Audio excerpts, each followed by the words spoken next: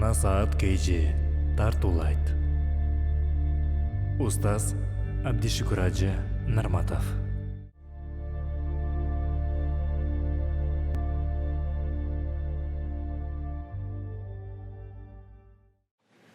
Урматтуу мусулман бир тууган. Атаң ооруп жатса, сенин биринчи ибадатың ата-энеңе карагын. Айдап жылдап көчөгө чыгып кетпегин.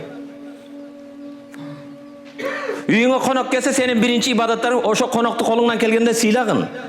Балаң окуп жатса, балаңды тарбиясын жакшы бергин. Ошо мектепте жакшы окуткун, экзаменге даярдагын. Үммөткө болгон милдетиң бар, урматтуу мусулман бир тууган. Үммөт кыйналып жаткан кезде акчаң менен, тыйын тыпырың менен үммөттүн келечеги үчүн мектеп салгын, медресе салгын, мечит салгын, жол оңдогун, көпүрө салгын. Бул да чоң ибадат. Эгер экинчи тарап үммөттү шылдыңдайм деп жатса, малы мүлкү менен азгырып жатса, сен ошолорду жакшы туура багыт бергин. Эгер экинчи тарап үммөттүн адеп ахлакын бузам деп жатса, сенин малың барбы, мүлкүң барбы, колуңдан келсе, биздин келечек муун үчүн бүгүн урматтуу мусулман бир тууган, каалагандар радио угат, радиодо музыка уккандарга музыка каналы бар, спорт көрөм дегенге бар, жаңылык укканага бар. Бирок диний маалыматты кайдан алып жатат?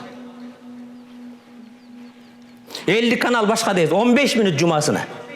Барбы?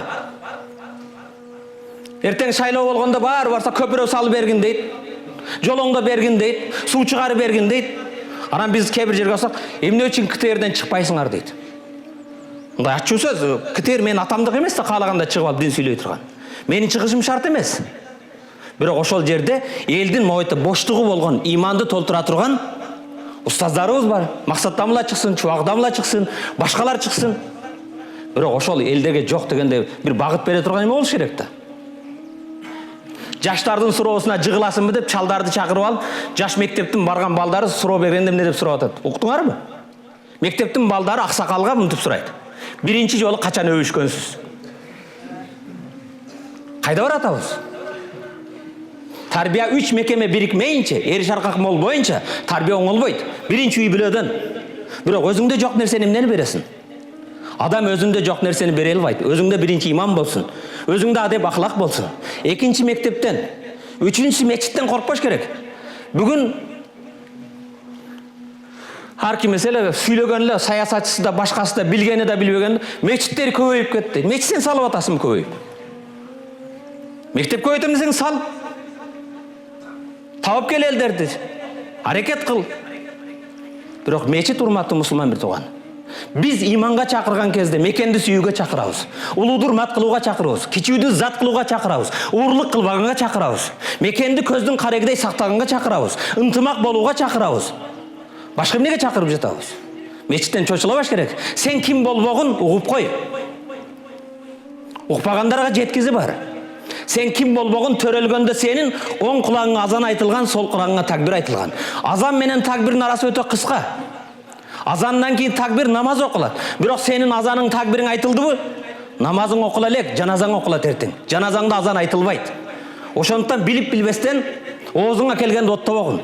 Өткөндө бирөөсү былжырап атат. Азанды дейт айтып, кеч адамдардын тынчын алат экен 11-де дейт. Кайсы 11-де азан айтылат? Сен мусулман болуп, куптанга качан азан айтылышын билбейсиң. Куптан намазы саат 7-ден өткөндө окулуп атат. 11-ден кийин эч бир азан жок. Былжырап атат, айтат. 11-ден кийин дейт азан айтылып, адамдардын тынчылар. Сен кайсы азанды айтып атасың 11-деги? Урматтуу мусулман бир тууган. Экинчи тарап биздин адеп ахлагыбызды бузуучу. Мурда, урматтуу мусулман бир тууган. Бул жамандык, бузукулук. Мисалы баягы айвандардын эмесиге барасың, зоопаркка барсаң, ошол жерде карышкыр башкаларды көрөт элең да. Коркунуч ошол жерде болушу мүмкүн да.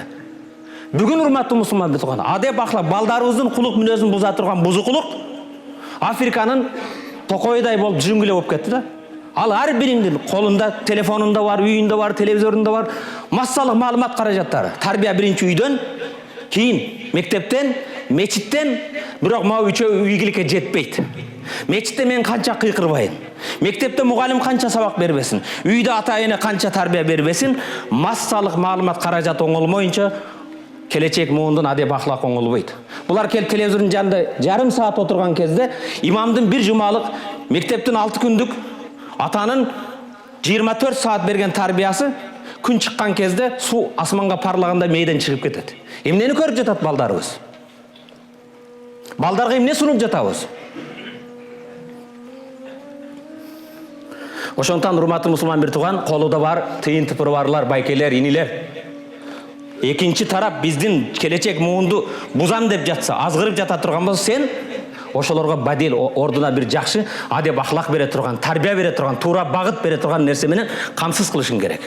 Көп айтып келдим, жаштык плюс боштук барабар күнөөнүн башталышы. Балдарыбыз бош болбош керек. Бир нерсе менен алек болуш керек, илим менен, билим менен.